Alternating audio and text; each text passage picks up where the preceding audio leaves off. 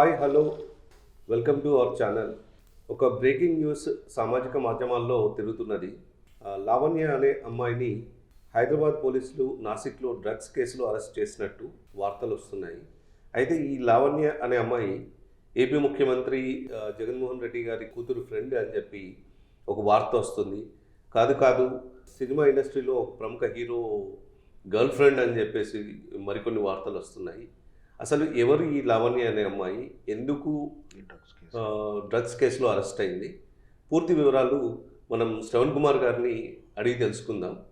శ్రవణ్ కుమార్ గారు, ఈ డ్రగ్స్ కేసులో అరెస్ట్ అయినప్పుడల్లా విషయం అంతా రాజకీయ నాయకుల కూతుర్లు కొడుకుల చుట్టూ లేదా సినిమా ఇండస్ట్రీలో ప్రముఖ హీరోల చుట్టూ తిరుగుతూ ఉంది. ఎందుకు ఇలా జరుగుతోంది? అసలు ఏంటి ఈ డ్రగ్స్ అనే వ్యవహారం? సార్, మీరు అడిగినట్టు డ్రగ్స్ కేసు జరిగినప్పుడల్లా దాంట్లో వచ్చే పేర్లు ఉన్నత వర్గాలకు చెందినటువంటి పిల్లలు లేదా ఉన్నత వర్గాల ఆర్థికంగా బలంగా ఉన్నవాళ్ళు కాబట్టి. సో ఎలాగో ఉన్నత వర్గం డబ్బులు ఉన్నవాళ్ళు అంటే రాజకీయ నాయకుల పిల్లలు లేదా సినిమా తారాల పిల్లలు, ఎక్కువగా వ్యాపారవేత్తల పిల్లలు, పారిశ్రామికవేత్త పిల్లలు ఉంటారు. ఎక్కువ యూత్ తరమే ఉంటుంది. యంగ్స్టర్స్ కాకుండా పెద్దవాళ్ళు 70 ఏళ్ళు 60 ఏళ్ళ వాళ్ళు డ్రగ్స్ వాడుతున్నట్టు వాళ్ళు అరెస్ట్ అయిన దాఖనాలు కూడా చాలా తక్కువ. ఇక్కడే కాదు ఎక్కడ చూసుకున్నా కూడా. ముఖ్యంగా ఈ హైదరాబాదు తెలుగు రాష్ట్రాలలో ఎక్కడ డ్రగ్స్ కేసు అయినా, మనం చుట్టూ ఉన్నటువంటి నైబర్హుడ్లో కూడా ఎక్కడ డ్రగ్స్ కేసు అయినా, లేదా గోవాలో, ముఖ్యంగా ఏంటంటే గోవాలో డ్రగ్స్ కేసు అయినా, వాటి మూలాలు లేదా దాని రూట్స్ అన్నీ కూడా హైదరాబాద్కు ఖచ్చితంగా లింక్ అయితే ఉంటున్నాయి. దురదృష్టవశాత్తు ఈ డ్రగ్స్ కల్చరు 2000 2002 ఆ ప్రాంతం నుంచి చూసుకుంటే అప్పటి నుంచి ఈ డ్రగ్స్ కల్చర్ తెలుగు పరిశ్రమకు కానీ హైదరాబాదు తెలుగు రాష్ట్రాలలో కనిపించడం ప్రారంభమైంది. ఎక్కువగా అంతకు మొదలేదని కాదు, కానీ ఇది కొంచెం వ్యవస్థీకృతమైనట్టుగా కనిపిస్తుంది. ఇకపోతే గతంలో కూడా గత ప్రభుత్వం పీరియడ్లో కూడా చాలా డ్రగ్స్ సీరియస్గా తీసుకోవడం జరిగింది.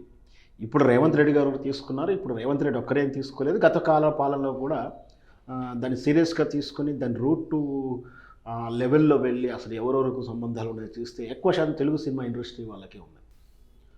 ఆ తర్వాత పారిశ్రామికతలు ఉన్నాయి. ఆ తర్వాత రాజకీయ నాయకుల పిల్లల పేర్లు కూడా తరచూ వినిపిస్తూనే ఉన్నాయి.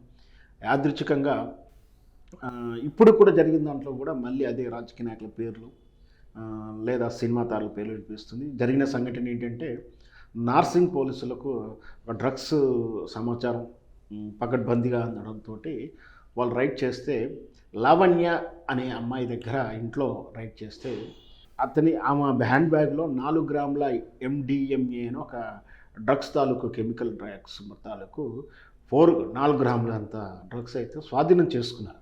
ఆమె ఇచ్చిన సమాచారం ప్రకారం ఆమెకు ఎవరు ఇచ్చారు అంటే, తనకు ఉనీత్ అనే వ్యక్తి ఇచ్చాడు అని చెప్పేసి చెప్పడంతో వెంటనే ఉనీత్ మీద కూడా రైడ్ చేస్తే అతని దగ్గర కూడా కొంచెం ఉన్నట్టుగాను అతను రైడ్ చేసి అతను అదుపులో తీసుకున్నట్టు కూడా సమాచారం వస్తుంది. ఇది డ్రగ్స్ కేసు తాలూకు వివరాలు.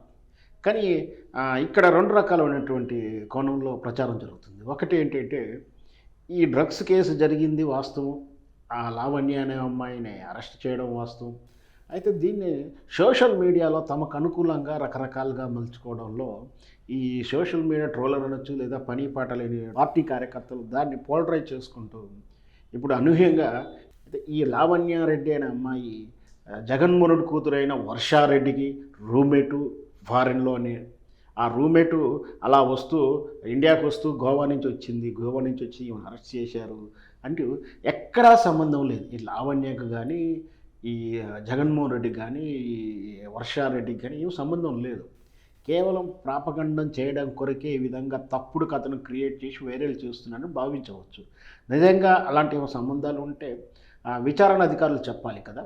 ఏవి లేకుండా ఇలాంటి వార్తలు క్రియేట్ చేయడం అంటే ఫేక్ వార్తగానే చూడొచ్చు. వాస్తవానికి అయితే ఇప్పుడు ఉన్న సమాచారం వరకు అయితే ఫేక్ వార్తగా ఉంది. అది ఖచ్చితంగా ఫేక్ అవుతుంది. ఇకపోతే ఈ లావణ్య ఈ మన తెలుగు ఇండస్ట్రీకి చెందినటువంటి ఒక ప్రముఖ హీరోకు గర్ల్ ఫ్రెండ్ అని చెప్తున్నారు. దాంట్లో రకరకాల పేర్లు వినిపిస్తున్నాయి. ఎందుకంటే గతంలోనే నవదీప్ లాంటి హీరోల పేర్లు డ్రగ్స్లో ఉండడం, ఇప్పుడేమో కొత్తగా ఒక వెబ్సైట్లో రాశారు Raj Tarun hero girl friend అని రాస్తున్నారు. వాస్తవానికి వీటి అన్నిటి కూడా రూమర్స్గానే మనం భావించాల్సి ఉంటుంది.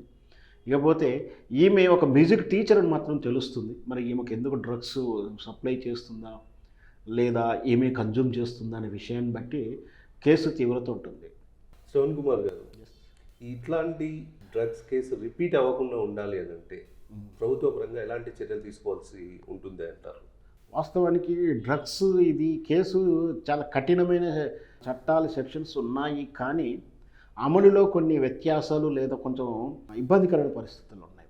వాటిని కూడా అధిగమిస్తూ కొత్త సవరణ చట్టాలు తీసుకొస్తే కానీ దీనికి కొంచెం వాళ్ళకు భయం పెరిగేలా ఉంటుంది. ఎందుకంటే ఇప్పుడు ఉదాహరణకి లావణ్య ఉంది. లావణ్య తన దగ్గర 4 గ్రాముల డ్రగ్స్ దొరికింది.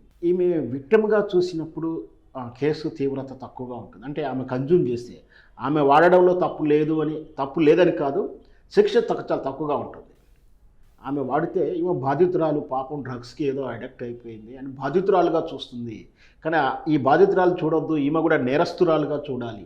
ఈమెని కాదు, ఇక్కడ ఎవరైతే కన్జ్యూమ్ చేస్తున్నారో ఈ కన్జ్యూమర్ని విక్టిమ్గా చూసే సిస్టమ్ నుంచి నేరస్తుడిగా చూసే సెక్షన్స్ కఠినంగా రావాలి. ఎందుకంటే ఎప్పుడైతే ఈ డ్రగ్స్ని తను తీసుకొని ఇతరులకు బదిలీ చేసినప్పుడు, డబ్బులకు కానీ ఫ్రెండ్లీగా కానీ ట్రాన్స్పోర్ట్ చేసినప్పుడు వీళ్ళు నేరస్తులుగా ఉంది. కానీ తాను వాడుతున్నప్పుడు, కన్జ్యూమ్ చేస్తున్నప్పుడు నేరస్తులుగా చూడకుండా బాధితులుగా చూసేటువంటి సెక్షన్ల తీరు ఉంది.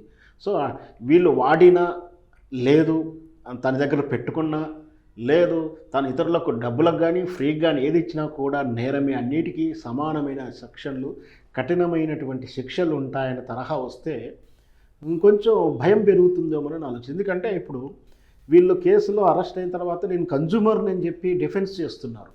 నేను అనుకోకుండా పరిస్థితుల ప్రభావాలనో ఏదో స్ట్రెస్ ప్రభావాలనో తెలియకుండానో నేను చేసుకున్నా, నేను విక్టిమ్ అయిపోయాను, నన్ను కన్సిడర్ చేయండి అంటూ వీళ్ళు ప్లీడ్ చేసుకుంటున్నారు. ఈ విధానాన్ని వదిలేసి అసలు కన్జ్యూమ్ చేసినా కూడా పెద్ద నేరము అని చెప్పేసి పెద్ద చట్టాలు వస్తే తప్పించి ఇట్లాంటి వ్యవస్థీకృతమైన డ్రగ్స్ మాఫియా నుంచి బయటపడలేము మనం. ధన్యవాదాలు సార్.